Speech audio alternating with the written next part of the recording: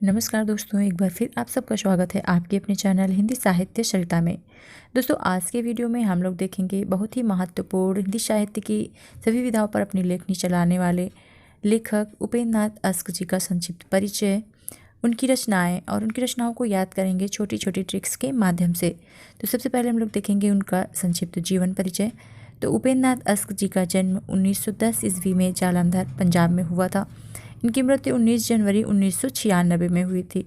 दोस्तों, अस्क जी 11 वर्ष की उम्र से ही पंजाबी में तुकबंदियाँ करने लगे थे। यह प्रारंभ में उर्दू में लिखते थे। फिर 1932 में प्रेमचंद जी की सलाह से इन्होंने हिंदी में लेखन कार्य प्रारंभ किया था। 1933 में प्रकाशित इनका कहानी संग्रह औरत की फितरत की भूमिका प्रेमचंद जी ने स्वयं लिखी थी। दोस्तों, अस्क जी अपनी रचनाओं को स्वयं प्रकाशित करते थे। इन्होंने हिंदी की सभी विधाओं पर कार्य किया, जैसे काव्य, नाटक, संस्मरण, उपन्यास, कहानी, आलोचना, लेकिन उनकी पहचान एक कथाकार के रूप में ही हुई। दोस्तों, अब हम लोग देखेंगे इनकी रचनाओं को। तो रचनाओं में सबसे पहले हम लोग देखते हैं इनके उपन्यास। इनका सबसे पहला उपन्यास है सितारों के खेल। यह 1940 ईस्वी में प्रकाशित हुआ था। फिर गिरती दीवारें 1947 ईस्वी में आया। फिर गर्म राख 1957 ईस्वी में। बड़ी बड़ी आँखें 1955 ईस्वी। पत्थर अल पत्थर 1957 ईस्वी। शहर में घूमता आईना 1963 ईस्वी। एक रात का नरक 1968 ईस्वी। एक नन्ही कंदील 1969 ईस्वी। बांधो न नाव इस ठाव 1974 ईस्वी। निमिषा 1980 ईस्वी।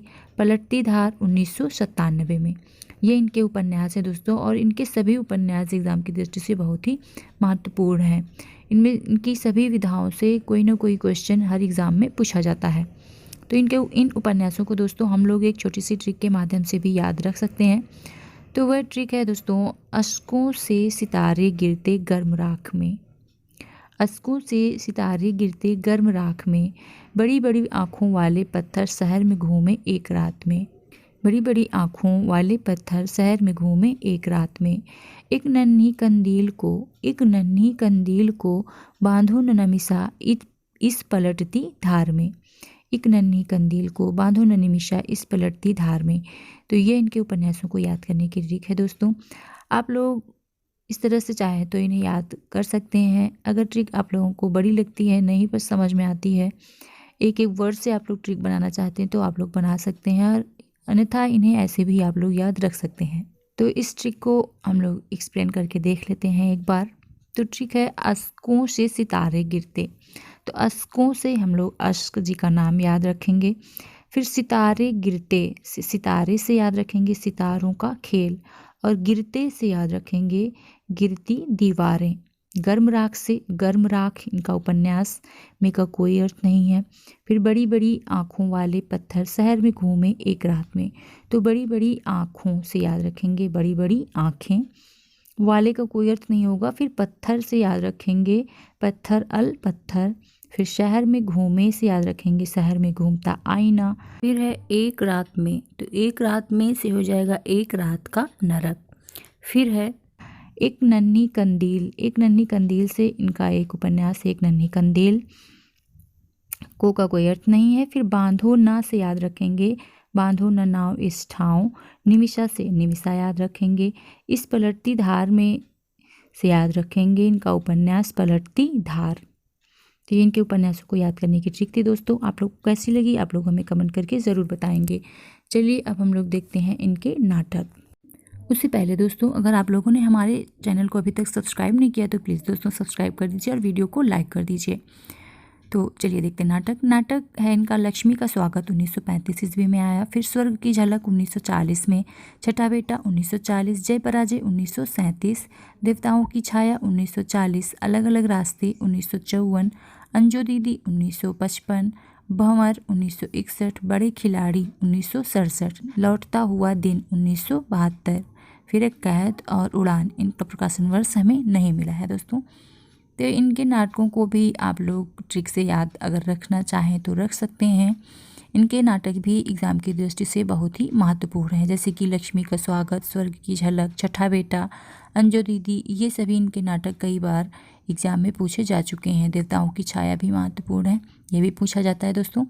अश्कों से लक्ष्मी का स्वागत करे, स्वर्ग से छठा बेटा, इस तरह से आप लोग इन नाटकों को याद रख सकते हैं। और अंजू दीदी, देवताओं की छाया, ये भी महत्वपूर्ण है। तो आप लोग अगर इसकी ट्रिक बना सकते हैं तो आप लोग बना लीजिए दोस्तों, और हमें कमेंट में इसकी ट्रिक बता भी सकते हैं, क्योंकि अभी मुझे इसकी ट्रिक कोई समझ में नहीं आ रही है। अब हम लोग देखते हैं दोस्तों इनके एकांकी नाटक। ये नाटक का ही एक प्रकार होते हैं, बस ये नाटक से छोटे होते हैं। इसमें एक ही अंक का वर्णन होता है। तो इनके सामाजिक व्यंग पर आधारित नाटक हैं, एकांकी हैं। लक्ष्मी का स्वागत, इसे हमने नाटक में भी देखा था दोस्तों, इसलिए मैंने यहाँ पे नहीं लिखा है। फिर है पापी, फिर है मोहब्बत, फिर है जोंक, फिर है स्वर्ग की झलक, यह भी इनका एक एकांकी नाटक है दोस्तों। फिर है अधिकार का रक्षक, आपस का समझौता, ये इनके सामाजिक व्यंग पर आधारित एकांकी नाटक हैं। फिर है प्रतीकात्मक एकांकी। तो प्रतीकात्मक एकांकी के अंतर्गत आते हैं चरवाहे, देवताओं की छाया में, इसे भी हम लोगों ने नाटक में लिखा है। फिर है खिड़की, फिर है अंधी गली, ये इनकी प्रतीकात्मक एकांकी हैं। फिर प्रहसन, कुछ एकांकियाँ हैं इनकी। तो प्रहसन में है पर्दा उठाओ, फिर है पर्दा गिराओ, फिर है कैसा सांप कैसी आया, ये इनकी प्रहसन पर आधारित एकांकी नाटक हैं। फिर इनके कहानी संग्रह हैं। तो इनके कहानी संग्रह हैं, पहला कहानी संग्रह पिंजरा 1944। एक कहानी संग्रह मैंने आप लोगों को इनके जीवन परिचय में बताया था, औरत की फितरत, तो उसे मैंने यहाँ पर नहीं लिखा है। फिर है पिंजरा, तो पिंजरा 1944 ईस्वी में। फिर अंकुर 1945 ईस्वी में। छींटे 1949 ईस्वी में।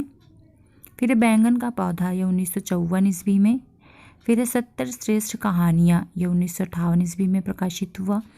फिर है पलंग 1961 ईस्वी में प्रकाशित हुआ। फिर है आकाशचारी, यह 1966 ईस्वी में प्रकाशित हुआ था। तो चलिए दोस्तों, इनकी इन कहानियों को भी हम लोग याद करते हैं एक छोटी सी ट्रिक से।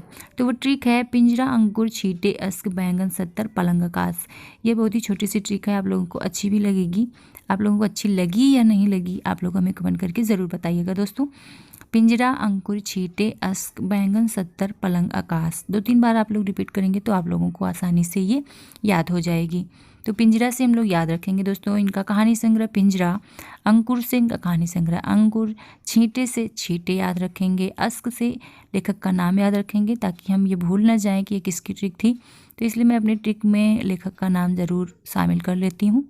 बैंगन से याद रखेंगे बैंगन का पौधा, 70 से याद रखेंगे 70 श्रेष्ठ कहानियाँ, पलंग से याद रखेंगे इनका कहानी संग्रह पलंग, और आकाश से याद रखेंगे आकाशचारी।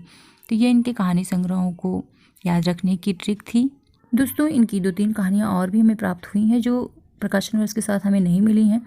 तो वो है जुदाई की शाम के गीत और काले साहब।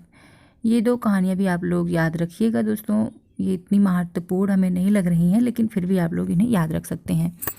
फिर है अस्क जी के संस्मरण। तो इनका एक संस्मरण बहुत ही प्रसिद्ध है दोस्तों, मंटो मेरा दुश्मन। यह कई बार एग्जाम में पूछा भी जा चुका है। और इनका एक संस्मरण फिल्मी जीवन की झलकियाँ। तो ये इनके 2 संस्मरण हैं और प्रसिद्ध संस्मरण हैं ये दोनों। और है आलोचना। तो आलोचना में अन्वेषण की सहयात्रा और हिंदी कहानी एक अंतरंग परिचय, ये दोनों इनकी आलोचना है दोस्तों। अस्क जी को 1972 में सोवियत लैंड नेहरू पुरस्कार से भी सम्मानित किया गया था। तो आज का अस्क पर आधारित आज का वीडियो आप लोगों को कैसा लगा दोस्तों, आप लोग हमें कमेंट करके ज़रूर बताइएगा। साथ ही दोस्तों, अगर आप लोग हमारे चैनल पर नए हैं और अभी तक सब्सक्राइब नहीं किया तो प्लीज़ दोस्तों हमारे चैनल को सब्सक्राइब कर लीजिए, हमारे वीडियो को लाइक और शेयर कर दीजिए। फिर जल्दी मिलेंगे अपने नए वीडियो में नई ट्रिक्स के साथ। तब तक के लिए नमस्कार दोस्तों।